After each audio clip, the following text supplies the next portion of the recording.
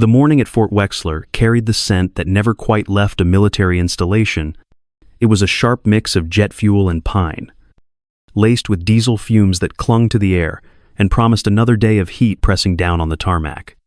Staff Sergeant Rachel Keene stepped off the shuttle bus with the kind of unremarkable precision that came from 15 years of wearing boots across bases around the world. Her woodland pattern BDUs were pressed, her sidearm rode at her hip, and her eyes scanned the compound automatically, catching guard towers, exit points, and training zones, with the ease of someone who had learned long ago that attention was its own form of survival.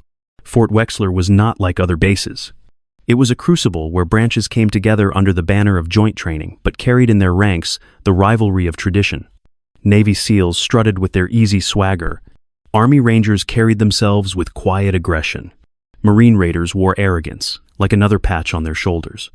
Air Force PJs spoke little, but their eyes calculated everything.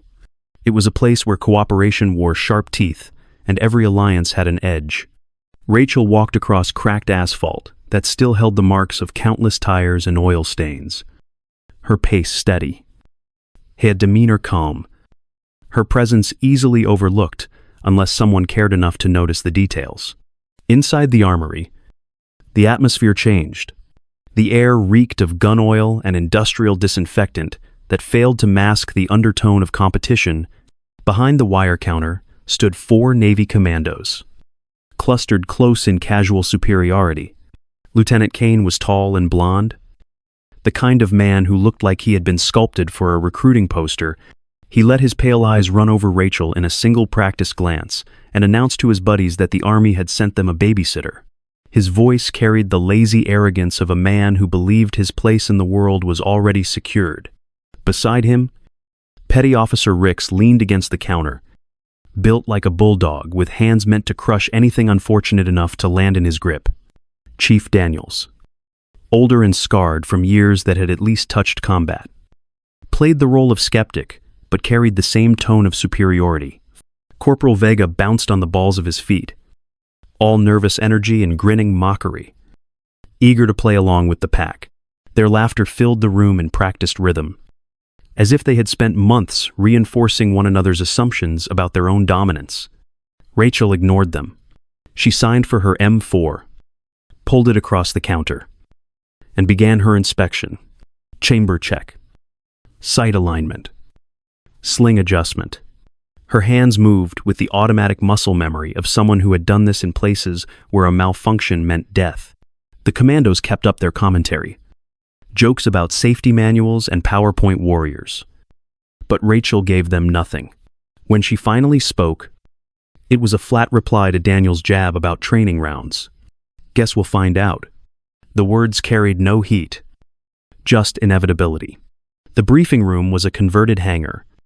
Cold concrete underfoot and folding chairs set in rows that marked tribal lines by branch patches and posture. Kane and his men sprawled near the back, owning the space with their boots and their laughter. Rachel chose the second row, eyes forward, pen scratching notes on the urban breach exercise outlined by Major Billings. The objective was simple: a timed breach and clear drill through a mock-up warehouse.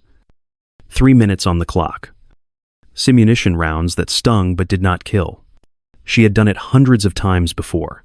Halfway through, Kane raised his hand. His tone was respectful on the surface, but carried the self-satisfaction of someone about to demonstrate his cleverness. He suggested the Army representative should run the scenario unarmed, stripped of her rifle and sidearm, to test adaptability under stress. The room shifted. Laughter from his men, murmurs from the crowd. Billings' frown deepened, but after a pause he agreed. Sergeant Keene, surrender your weapons. You're going in unarmed. The order cut through the space like a blade. Rachel did not protest. She rose, carried her rifle to the front table, and laid it down with deliberate precision. Her sidearm followed, leaving her holsters empty, and her options reduced. She did not slam them, did not dramatize the moment. She simply set them down and walked back to her seat. Silent, calm, and unreadable. The Commandos grinned like men who believed they had already won. From the corner of her eye, Rachel caught the younger soldiers exchanging looks that predicted her failure. But as she adjusted her gloves with the same methodical care she had given her rifle, her thoughts were already moving elsewhere.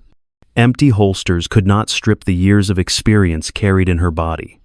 Tools could be taken away. Competence could not. The timer clock waited above the mock warehouse.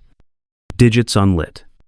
Ready to begin the measure, Rachel's silence was not submission. It was preparation.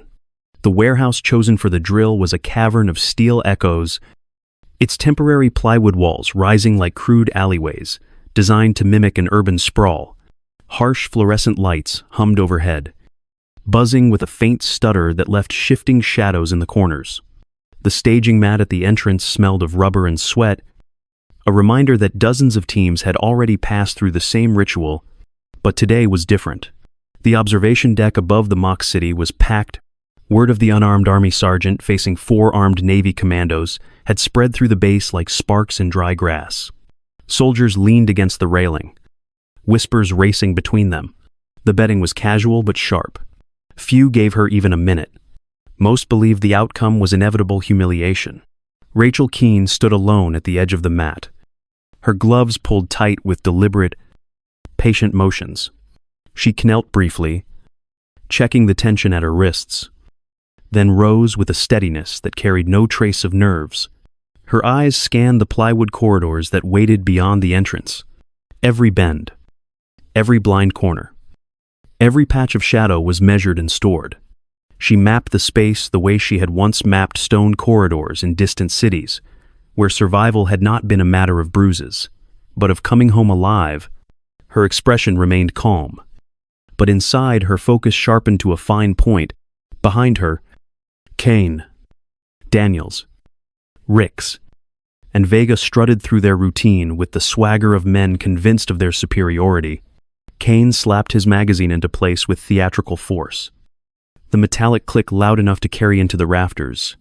Ricks and Vega exchanged a fist bump, their laughter echoing. Daniels rolled his shoulders, as though preparing for an inevitable tackle that would end things quickly. Their confidence was loud, practiced, and unshaken. They expected to crush her in front of an audience, to prove their point with a show of easy dominance. The observation deck fed their bravado. Young recruits leaned over the railing, muttering predictions, some smirking, some grimacing with second-hand dread. One voice carried clearly in the stillness. "She won't last 30 seconds. Another replied with a laugh. "Maybe she'll get lucky and make it to a minute." Coins and folded bills passed from hand to hand.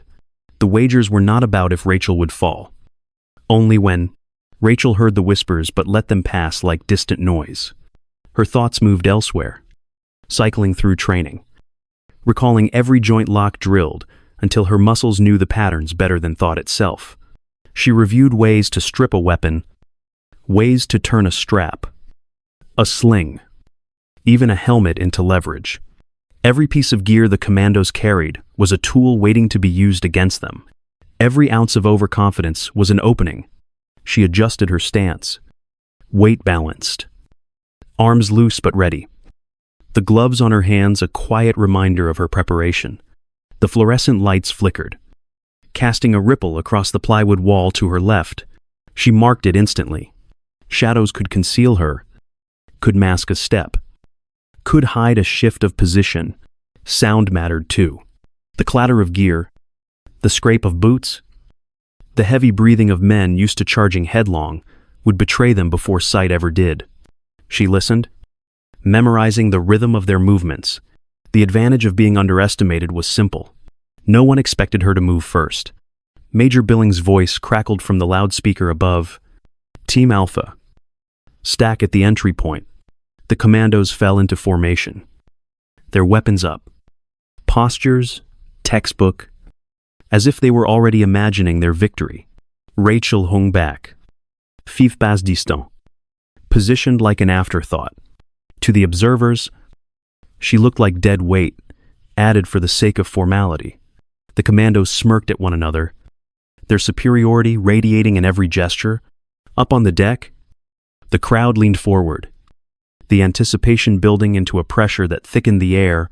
The timer above the entrance glowed dark, waiting for its command. Rachel's gaze fixed briefly on the red digits, unlit but ready to measure what came next.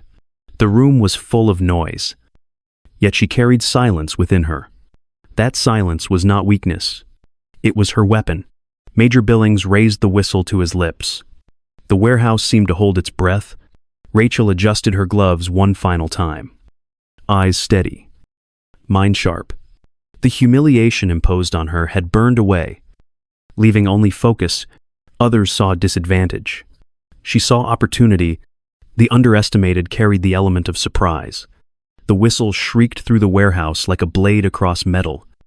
Sharp and absolute, the Commandos surged forward as one, their boots hammering the mat in unison. Rifles shouldered, postures honed by endless repetition. Kane led the stack, Daniels close behind, Rick's third, Vega anchoring the rear.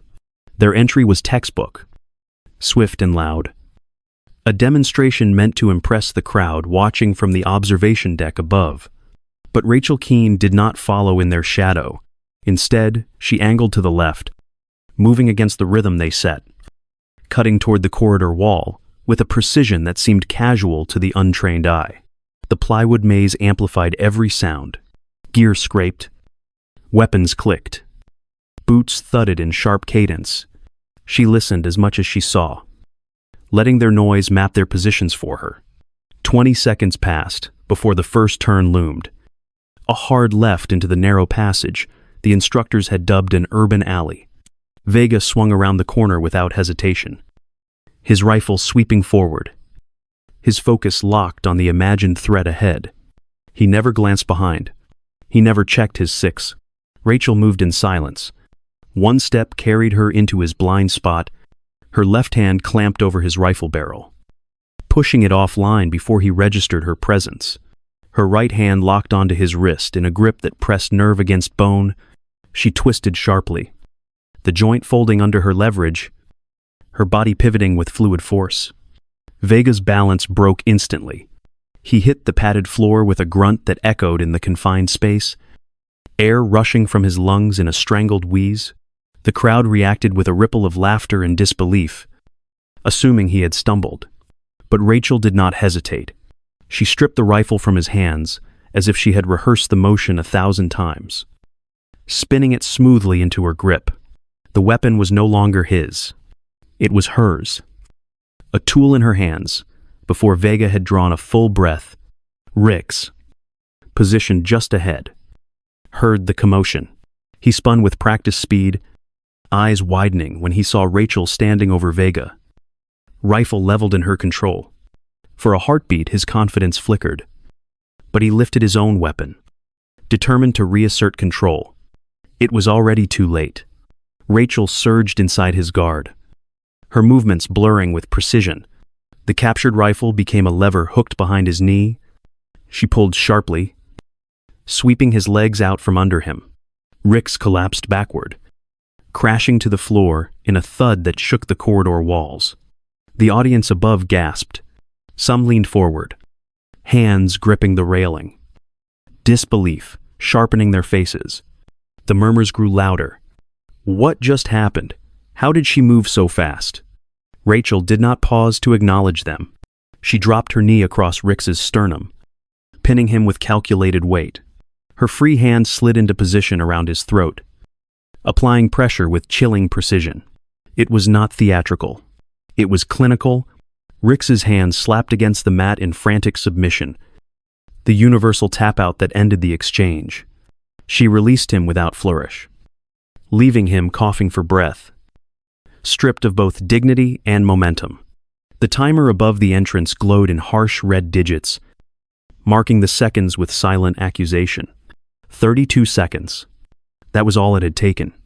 2 men down. On the observation deck, the laughter had died. What replaced it was something closer to shock. The whispered disbelief of witnesses who had just seen their predictions shattered. Voices carried through the steel rafters. Did you see that? She just dropped 2 of them. It sounded impossible. Yet the evidence lay sprawled on the padded floor. Rachel stepped clear of Rick's. Her stance balanced. Her breathing even. She did not look triumphant. She did not even look hurried. Her face carried the same calm intensity as before. Her eyes already marking Kane and Daniels ahead, reading their positions, calculating the next sequence. Silence clung to her like armor. The absence of wasted breath or unnecessary motion. By the time anyone realized what had happened, the damage was already done. Vigale stuned. Rix gasped for air, and the crowd's certainty had begun to collapse under the weight of competence that spoke louder than any taunt. True skill was quiet, sudden, and decisive. By the time others noticed, it was too late. Kane heard the thud of Rix hitting the floor and the frantic tapping that signaled his surrender. For the first time since suggesting this cruel twist, his grin faltered. He spun in the narrow corridor, rifle snapping up as if sheer aggression could reclaim control. But the space betrayed him. The plywood walls boxed him in, leaving no room to maneuver the weapon freely. His shoulders twisted awkwardly, barrel catching against the corner as he tried to bring it level. The rifle that should have been his strength became a clumsy liability. Rachel moved without hesitation. She sidestepped into his momentum, her body flowing like water around his obstructed weapon. One foot hooked his ankle while her shoulder drove hard into his ribs. The force was surgical, precise, designed to use his size against him. Kane slammed sideways into the padded wall with a hollow crash that reverberated through the mock corridor. The impact knocked the wind out of him, his grip faltering. His rifle slipped free, falling from his hands in a slow-motion arc that ended not on the floor but in Rachel's control. She spun it smoothly, stock braced against her shoulder, muzzle aimed at the center of his chest. Her stance was balanced and steady. No wasted energy. No theatrical flourish. Kane froze, chest heaving, eyes wide with a confusion that cut deeper than the blow itself. A man who had always trusted his physical dominance suddenly saw it dismantled in seconds. Behind him, Daniels registered what had just happened and reacted with the blunt instinct of a man who believed brute force solved everything. He lowered his shoulder and charged, a mass of muscle and momentum barreling through the corridor. His boots thundered against the mat, his expression locked in grim certainty. He was older, stronger, and convinced that sheer impact would succeed where precision had failed. Rachel did not resist. She lowered her center of gravity at the last possible moment, her hands snapping onto his sleeve and forearm. With a sharp pivot of her hips, she redirected all of his driving force across her frame. Daniels left the ground for a suspended instant, weightless and helpless, before crashing onto his back with a violent jolt that rattled teeth. The padded floor absorbed some of the impact, but the humiliation hit harder. Before he could recover, before his brain could catch up to the betrayal of his own momentum, Rachel's hands moved with fluid control. She stripped his sidearm from its holster in a single smooth motion. The slide racked with a mechanical click that carried like a gunshot in the tense silence.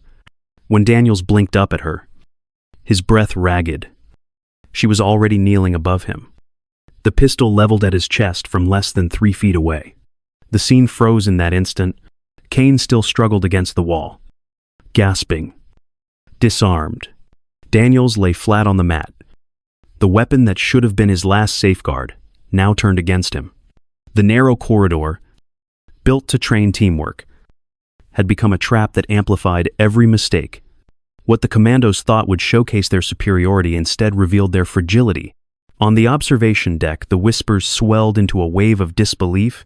Some recruits covered their mouths. Others leaned so far over the railing, it looked as if they might topple. The timer above still ticked, glowing red digits marking the seconds with brutal impartiality. Less than 70 had passed since the whistle. Rachel's face betrayed nothing. Her breathing was steady, her eyes cold, her hands exact. Every motion reflected years of training distilled into ruthless clarity. where the commandos flailed with panic. She moved with discipline. The environment had not failed her. She had bent it into a weapon. The whistle cut through the air like a blade, sharp and final. The sound echoed off the plywood walls and then vanished, leaving only the heavy silence of a room caught between disbelief and awe. Above the corridor, the timer glowed in steady red digits, frozen at 79 seconds. 4 commandos lay sprawled on the padded floor, each marked by bruises, disarmed. Their confidence shattered more completely than their formation. For a long moment, no one moved. The fluorescent lights hummed overhead, their faint vibration, the only sound against the ragged breathing of the men on the ground. On the observation deck, dozens of recruits leaned forward, eyes wide. Expressions caught somewhere between shock and reverence. A whisper finally broke free. She dropped them in under a minute and a half. Another voice, quieter but more reverent, added, "Did you see how fast?" Rachel stood among the fallen without gloating, her posture steady and unremarkable. She lowered the borrowed pistol and placed it grip first into Daniels's stunned hands, the gesture neither mocking nor triumphant. With the same measured calm, she crossed to the rack, replaced the stripped rifle, and tugged off her gloves. Each motion was deliberate, precise, almost ritualistic. No flourish, no victory lap. The silence deepened with every move. Even the whispers carried restraint, as if the crowd feared breaking the weight of the moment. The younger recruits muttered in fragments. How did she? Did you see? 4 of them all circling the same truth they struggled to articulate. The arrogance that had filled the warehouse minutes earlier had evaporated, replaced by something heavier, sharper, born of respect, earned in the most undeniable way. Rachel neither looked at the crowd nor acknowledged the commandos struggling to their knees. She removed her gloves one finger at a time, folded them neatly, and set them aside. It was the smallest gesture, yet it carried more finality than any boast. Her calm exit from the arena became the punctuation mark on a lesson no one present would forget. Respect had not been demanded. It had been commanded, silently, with proof written in bruises and 79 seconds. Colonel Abrams descended the metal stairs with a steadiness that silenced the room without need for a command. Each step rang against the concrete, measured and final, carrying the kind of authority that years of service etched into a man's presence. His dress screens were immaculate, silver eagles glinting against the harsh fluorescent light, catching every gaze that dared to lift. The observation deck grew still, the whispers smothered into silence, as if everyone collectively held their breath. He stopped a few feet from Rachel, his eyes studying her with the weight of familiarity. Then his voice carried through the warehouse, steady, deliberate, and impossible to mistake. Did not expect to see Falcon back on the mats. The word struck harder than the whistle that had ended the drill. Falcon, not a nickname born in jest, not a casual call sign, but one rooted in operations that lived in shadows, whispered across NATO halls, where failure meant funerals and success remained unspoken. The 4 commandos froze in place. Kane's head jerked up, the flush on his face deepening until it seemed carved into his skin. Daniels sat heavily on the mat, as if the name alone had added weight to his chest. Rix swallowed hard, avoiding every eye. Vega seemed to shrink into himself. His restless energy collapsed into silence. Their arrogance, once so thick it filled the room, evaporated like morning mist. Rachel gave no outward sign. Her posture remained calm. Her expression neutrale.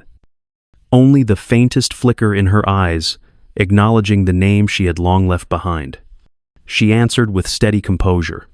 Been a while. See ya. Abrams's gaze shifted from her to the commandos, sprawled awkwardly around her. His tone sharpened, though it carried no anger. Only the clarity of truth. Gentlemen, you may be interested to know that Staff Sergeant Rachel Keene once served as primary close-quarters instructor for a NATO Joint Task Force. That was a decade ago. But the techniques you just experienced were hers. Refined in real combat environments. Perfected in missions you will never read about. The weight of his words settled over the warehouse like a heavy blanket. The recruits on the deck looked at Rachel with new eyes, their disbelief transforming into respect. The Commandos shifted uneasily, their bodies betraying the sting of humiliation that ran deeper than their bruises. Abrams stepped closer, lowering his voice just enough that every syllable cut sharper. Good to have you back, Sergeant. This base needs instructors who can still prove their methods under pressure. Then, with a deliberate glance toward the four men, his verdict fell like a gavel. And as for you, gentlemen, humility is overdue. Every mat in this facility will be scrubbed clean by your hands. You will learn respect not by demand, but through discipline. The punishment was not severe by regulation, but its sting was undeniable. Daniels gave a curt nod. Unable to meet Rachel's eyes, Kane forced out a clipped, "Yes, sir," that sounded as if it had been dragged across gravel. Rix busied himself with gear that no longer mattered. Vega pressed his lips together, accepting silently what pride would not allow him to protest. Rachel did not gloat, did not even look in their direction. She simply adjusted her gloves, steady and unshaken, her calm presence more cutting than any lecture could have been. The colonel's silver eagles glinted once more as he turned toward the stairs, his boots ringing against the metal, leaving the Commandos with their humiliation and the lesson written across every mat. The past had spoken, mastery once earned, never faded, even when forgotten by others. And Falcon had just reminded them all. Rachel stepped out of the warehouse into the sunlight, the heavy steel door closing behind her with a hollow thud that seemed to end the spectacle. The chatter from the observation deck still lingered faintly, but it no longer carried smug amusement. Now the voices were hushed, cautious, filled with the kind of awe that spread faster than rumor. Inside, the Commandos had already begun their penance. Mats dragged into stacks, cleaning supplies handed out under the watchful eye of instructors. Their punishment would be remembered. But it was not what the recruits would talk about. What lived in their eyes now was something else, entirely. As Rachel crossed the tarmac, the heat shimmered upward from the pavement. Younger soldiers shifted out of her path, not out of fear, but in quiet acknowledgement. One gave a small nod, the kind that carried more weight than words. Another straightened instinctively as she passed, posture stiffening in unconscious respect. She returned neither gesture directly, only the faint lift of her chin and the steadiness of her stride. Routine was her armor. At the supply depot, she returned the borrowed gear, placing each item with the same deliberate care she had shown when surrendering her weapons. The worn ledger was pushed across the counter, and the grizzled supply sergeant studied her signature with a knowing look. "Heard you stirred things up over there," he said, with the dry amusement of a man who had seen 1,000 stories take shape on this base. Rachel allowed herself the smallest ghost of a smile. "Just ran the exercise, Sergeant." When she stepped back outside, the sun struck the compound in broad strokes of light and shadow. The day had already moved on, but something had shifted. No applause, no ceremony, no speeches, only silence. And in that silence lay a respect sharper and more lasting than words. By the time afternoon settled over Fort Wexler, the compound was already sliding back into its familiar rhythm. The sun pressed heat into the concrete and steel, engines droned from the motor pool, and the sharp chants of another training rotation carried across the yard. Rachel moved through it all without pause, her boots steady on the tarmac, her presence blending into the current of soldiers heading toward their next duties. She did not seek eyes, and she did not need them. Routine was enough. Behind her, whispers had already begun to coil through the base. 79 seconds. The words were traded like a secret and carried like a legend. Instructors repeated fragments of what they had seen. Younger recruits whispered comparisons to drills they could never match. It was not formal recognition, but it was the kind of story that outlived official reports.